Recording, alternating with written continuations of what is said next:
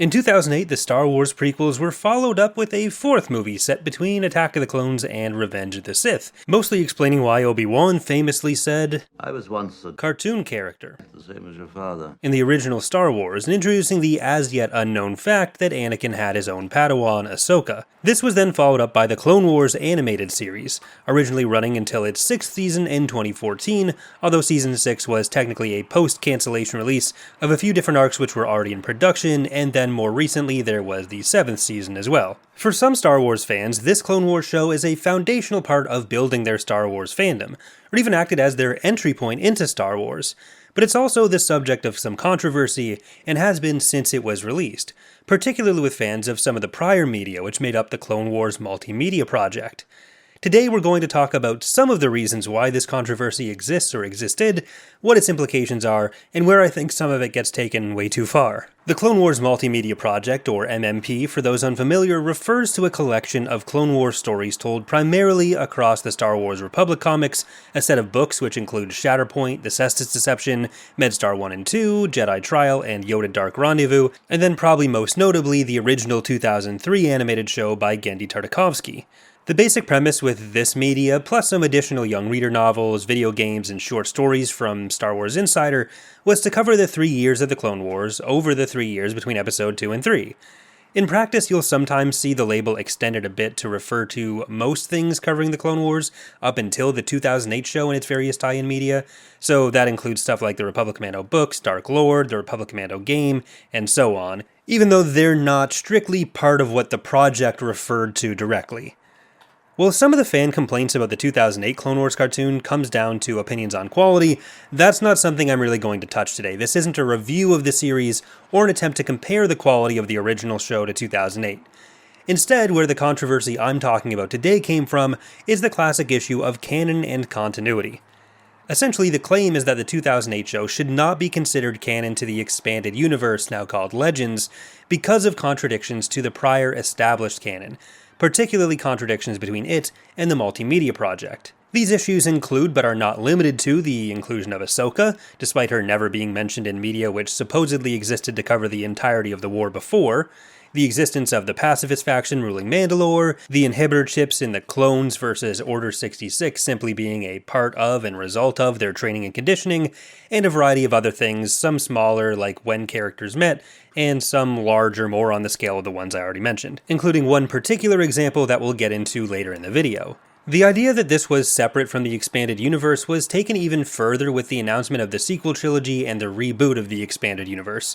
Since the 2008 show was being included in the new canon, much like the movies, there were renewed arguments that it could, should, or even was excluded from the rebranded Legends continuity, followed by the serious allegation that the show didn't even like this video or subscribe for more. But aside from people being completely free to say they didn't like the changes it made, I think these claims ignore a lot of how the Legends continuity evolved after the 2008 Clone Wars show started, and overstate the cohesiveness of the pre-existing continuity, even just within the Multimedia Project.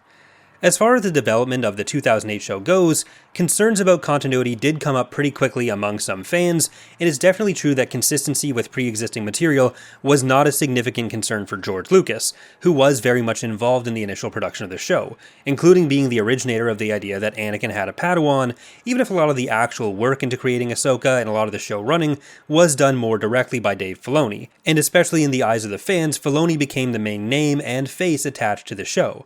Filoni addressed a question in 2008 about continuity with the expanded universe, saying this: "But much like the actual theatrical features, we can't let that get in the way of telling the story George wants to, or telling a story that just kind of makes sense for the period of time we're involved with. I take a lot of that information that I'm aware of and I bring it in front of George when we're first pitching out an idea, or when he has an idea, and I say, well, this was on Wikipedia and this is in this dictionary, so we better look at this. And, he considers it or not. Sometimes he hasn't seen that material at all and he's kind of surprised. And sometimes it's just not something that interests him because, it wasn't really something that he had invented and he wants to go a different direction." So ultimately, much like he did with the prequels, George was going to do what George wanted to do, while others around him, like Dave, had a bit more experience with the expanded universe and tried to get in a few things, or at least gave George and the show the option of following it and pulling from it or not. But the overriding concern, as it so often is, was telling the story they wanted to tell, and this certainly applies to Filoni and the other writers as well. I don't want to give the impression that this was just George fighting back against a room full of people who were trying to maintain the sanctity of continuity or something. You can decide for yourself how serious or ridiculous you think that phrase is, but they all did follow George's lead on that. The pre-existing lore from the expanded universe and the MMP wasn't something they were or felt beholden to, it was instead an area they could pull from if they felt like it. So characters like Ventress, who played a huge role in prior media, could be brought in, but a lot could and would be changed about both their backgrounds and the events in which they participated in the war. Originally, Ventress was supposed to have been from Rat Attack, but in the Clone Wars she gets established as having been taken from the Night Sisters. The fact that the show did make these kinds of changes to the lore even became controversial among some of the Star Wars authors, particularly for Karen Traviss, author of the Republic Commando books, who was upset about some of what was done with the clones and the Mandalorians in particular, and then who left Star Wars writing as a result of these changes. Henry Gilroy, who wrote for the 2008 movie and show, said, quote, "It's unfortunate that she is moving on because of her opinion that canon is being changed. I guess the big problem is the assumption that her work is canon in the first place. After working with George on the Clone Wars series, I know there are elements of her work that are not in line with his vision of Star Wars, and in my mind, only George Lucas's Star Wars is canon. Everything else is expanded universe. In my opinion, George's work on Star Wars, whether he created it before or after the other writers, trumps all because he created Star Wars in the first place." So technically you may be saying the creators didn't consider the show part of the expanded universe either. But it's not quite in the same way that the argument it should be excluded from Legends holds. Instead, it's more akin to the way that the movies aren't considered part of the expanded universe in and of themselves, but they still very much make up the canon that the expanded universe is based on. So they are included in the canon of the expanded universe, even if as individual pieces of media, they are not labeled expanded universe. And the difference between the handling of this for the prequels and for the cartoon is not a difference in type, it's simply a difference in degree. This kind of thing is why in 2000 the Holocron continuity database was created by Leland Chee, labeling multiple different tiers of canon hierarchy, placing George's work at the top in G canon, followed by C or continuity canon, which was most of the recent material, particularly since Heir to the Empire, followed by S or secondary canon, which tended to include things from the old Marvel comics, for example, that had a lot of differences from what was going on at the time. Then there was D or Detours canon from Star Wars Detours, and finally things like the Infinity stories under an entirely non-canon label. When the 2008 Clone Wars was created and other shows like Star Wars Underworld were being planned by George, they were placed between the C and G canon levels as T or television canon. Notably, this database doesn't categorize things by individual work, it primarily lists things by piece of lore. I think one particularly unhelpful thing that people do, which has gotten possibly even more common recently, is that they'll see one contradiction between a newer work and an older work, and they'll jump straight to getting angry that the whole thing is no longer canon or no longer counts. It's again very difficult to find any two works which are entirely 100% in sync with each other, so you kind of always have to go in with an understanding that beyond the scope of the story you're reading at the moment, sometimes things don't all work out together. When the prequels came out, a lot of prior assumptions about what the period looked like went out the window, and a lot of competing visions from both books and comics turned out to be wrong, some of which played significant roles in foundational parts of the expanded universe, like the Thrawn trilogy.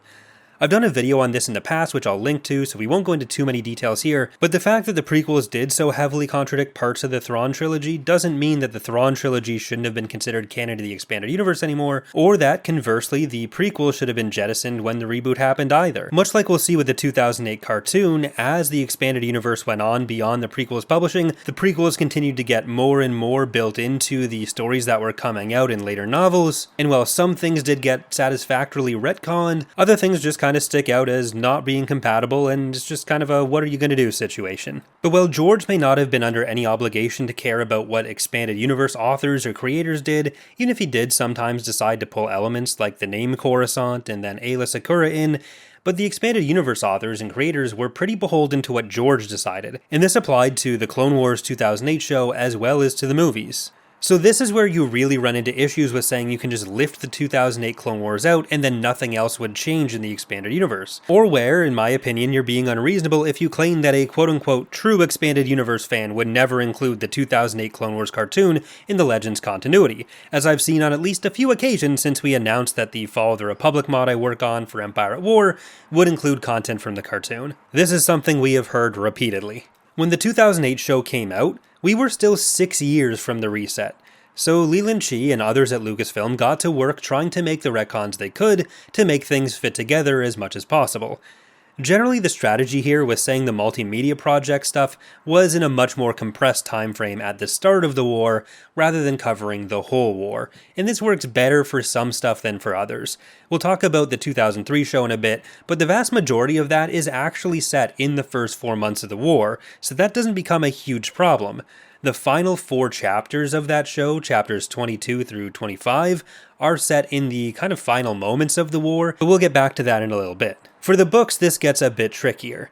But even if you discount all of that, which you are again perfectly free to do, there were still years of Star Wars content released within the Legends continuity and which directly reference events, characters, technology, locations, and whatever else from the show. This includes reference books making heavy use of both elements of the 2008 show and the 2003 show or other MMP elements, like the Essential Guides, especially the Essential Guide to Warfare and the official Star Wars fact file, or elements from the Clone Wars showing up in book plots. Probably most notable here comes with the tie-ins between Abeloth, the villain in the Fate of the Jedi series, with the Mortis trio from the Clone Wars cartoon. Mortis, the Mortis trio, and the dagger get tied in fairly heavily there. So if you're saying the Clone Wars cartoon isn't part of Legends, you then have to decide if that also includes everything which references the Clone Wars as well, or if you're allowing that to remain part of Legends. So is there Legends 1, which is everything up to 2008, Legends 2, which has everything up to 2008 plus the stuff from 2008 to 2014, and what's the bar for contradictions to cut other things out as well? And all of this I think gets to the fundamental reason claiming it can't possibly be part of Legends is just kind of pointless.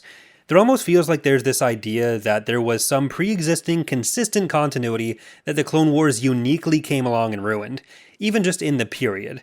I'm not suggesting the show was consistent with everything before it, far from it, but it's also far from the first thing to cause significant issues with the material that came before it. I don't even think it gets to the point of being the biggest set of contradictions. The Marvel comics, for example, are fundamentally incompatible with the timeline they present for the galaxy with the prequels and then the 90s expanded universe books, as are many of the ideas about the Clone Wars or the early Empire from before the prequels, which I talked about in that prior video. But several elements did get worked into future projects as well. Fenshisa's whole backstory being a mess didn't stop him from making his way into later references. You can still take the Marvel comics as being technically part of Legends, while understanding that there are a lot of weird continuity bits to that. There's a reason most of my regular lore videos have at least one caveat saying that one source says one thing about a topic, while another says something else. This is just part of understanding Star Wars lore. Where the Clone Wars does cause some unique problems is where it's directly covering a time period that other material was already covering on a larger scale. The prequels, for example, were contradicting things that tended to just be allusions, flashbacks, or similar references. Though that didn't make them any less attempts at factual claims about galactic history. You still ended up in a situation where, for example, the ages of Corran Horn's family are next to impossible to reconcile. But really, a lot of the motivation seems to come from this idea not just that 2008 contradicts things, it's that it needlessly runs afoul of the Multimedia Project, which, in the context of this complaint, tends to get represented as this perfect example of watertight continuity between different bits of media. It's certainly true that this kind of cross-medium project was really impressive and not something you'd seen a lot of up to this point, except in, say, Shadows of the Empire, but on a smaller scale, where having characters introduced and showing up between not just different books, but also different comics, games, and even a TV show, characters going between mediums, this is just something you didn't see a lot of in this phase of Star Wars. Kyle Katarn was the biggest Star Wars game character, but it took a long time for him to show up in novels, which weren't just direct tie-ins to his own games. But at the same time, the cohesiveness between things, even directly just within the Multimedia Project, let alone with the other Clone Wars projects that came later, does tend to get significantly overstated. Let's take Anakin getting knighted, for example. There's a fan page dedicated to maintaining different timelines in Star Wars. I'll link to it in the description, but this includes the pre-TCW 2008 Clone Wars timeline, which does a really impressive job collating everything from the MMP, but it points to the fact that Anakin is a knight at the start of Season 1 of the Clone Wars 2008, only a few months into the war, as essentially the crux of why the timeline is now broken by that show, arguing that too many stories were predicated on him being Obi-Wan's Padawan too late into the war. But Anakin's knighthood wasn't necessarily even the cleanest bit of continuity within the Multimedia Project. We have two bits of media to look at here, the 2003 show and one of the novels of the MMP called Jedi Trial. Jedi Trial was originally set significantly later into the war, in its final year, and the book is about Anakin being sent on a mission with Nisha Halcyon, funnily enough the grandfather of the aforementioned Corran Horn, as his trial to become a Jedi Knight. It's his success here that prompts Mace Windu and Yoda to grant Anakin a knighthood. In the original animated series, however, Anakin's knighthood is treated very differently. Chapter 21 of the Clone Wars starts with the resolution of the Battle of Hypori, which began in Chapter 20. That episode had introduced General Grievous, showing him winning a really cool duel against a bunch of Jedi including Ki-Adi-Mundi and Kukruk, who became a major player in the comics later on. That battle took place 4 months after Geonosis per the timeline. The next scene shows the Jedi Council discussing the need for more knights, with Ki-Adi-Mundi emphasizing how the reveal of Grievous has really changed the shape of the war. This is why they want more knights. Obi-Wan, in response, suggests Anakin be knighted, specifically foregoing the trials because of everything Anakin had demonstrated in the war so far. Some members of the council, like Oppo Rancisis, are outraged at the possibility of foregoing the trials. Obi-Wan then references Anakin passing a trial of skill by defeating Ventress on Yavin 4, referencing her as that dark assassin despite him calling her by her name and knowing her pretty well in other material set later in the war within the MMP, a trial of the flesh getting his arm chopped off by Dooku, and then every test of courage the war had dealt him. But nowhere in this do they reference that time he went off with Nisha Halcyon in a book that was called Jedi Trial and was supposed to be his trial. But this puts Anakin's knighthood about 4 months into the war in that show. Notably, Anakin still has his Episode 2 hairstyle, as does Obi-Wan. This was very clearly meant by the showrunners to be set very soon after that duel with Grievous. And if you remove it from that context, parts of the scene just don't make sense anymore. Like I mentioned earlier on in the video, the first 21 chapters of the show cover the first few months of the war, then there's a significant time gap, and the final 4 chapters, 22 through 25, cover the weeks leading up, or even just the week leading up to Revenge of the Sith. So Leland Shee did what I think is a perfectly appropriate retcon for the moment, saying that actually the time jump which occurs between chapters 21 and 22 happens between the Battle of Hypori and the council meeting, and that Anakin's hair was just in a top knot. But while this should be enough for everyone to go about their day and move on, it's still pretty clear what the intent of this scene was, and it shows that even if the Multimedia Project was a level of coordination not usually seen between different types of media, that was more about having crossover characters like Ventress and telling the overall story of the war, but not really in a way where each medium cared all that much about the specific plot points going on in the other ones. The show was telling a very different story from what Jedi Trial did. So in some ways, especially on the basis of Anakin's knighthood, this actually makes the 2003 show and the 2008 show fit together better than the 2003 show with the rest of the MMP, at least pre-Leland's retcon. And don't get me wrong, I have no problem with the retcon that Leland made, or retcons in general. Like I've alluded to throughout the video, retcons are kind of what makes the expanded universe go round, in my opinion. But it does set up the funny idea that Ki-Adi has been complaining about Hypori for almost 3 years, with nobody else worrying about Grievous for the entire war. And if it weren't for the retcons, Kukruk would have stayed dead when Grievous fought him at Hypori, rather than turning out to be alive and granting us the opportunity to see his sweet hat throughout the rest of Star Wars Legends. But now taking a look specifically at those final 4 chapters, there are some additional issues between the 2003 show and other Legends novels, specifically Labyrinth of Evil. Labyrinth isn't technically legally part of the MMP, but it is one of the pre-existing Legends Clone Wars novels, and it also tells the story of the lead-up to Revenge of the Sith, including the kidnapping of Palpatine and the opening of the Battle of Coruscant, something that the 2003 show covers as well. But both of these actually have some fairly significant differences in what different characters are up to during this time period. Part of this, I believe, is because those final 4 chapters were based on earlier drafts of Labyrinth of Evil. But again, the core point here is that it's not like all of this was perfectly mapped out before, and the 2008 show is just the first introduction of contradictions to the Clone Wars timeline. Some of them much bigger, but also some of them much smaller. And none of this, to be even more clear, is to say that the original show or the MMP are bad, or that they should disqualify either the 2003 show or other MMP books from being considered legends despite these contradictions. I'm honestly not really a fan of most of the 2008 show or movie for a variety of reasons I won't go into here, although parts of it have grown on me over time, and I do love Rebels and The Bad Batch. While on the other hand, I grew up loving the 2003 show. But none of that changes the fact that the expanded universe continued on after 2008, and many things did in fact take into account things which had happened in the 2008 cartoon. So the people making what would become known as Legends very clearly thought of it as something they needed to consider, if nothing else.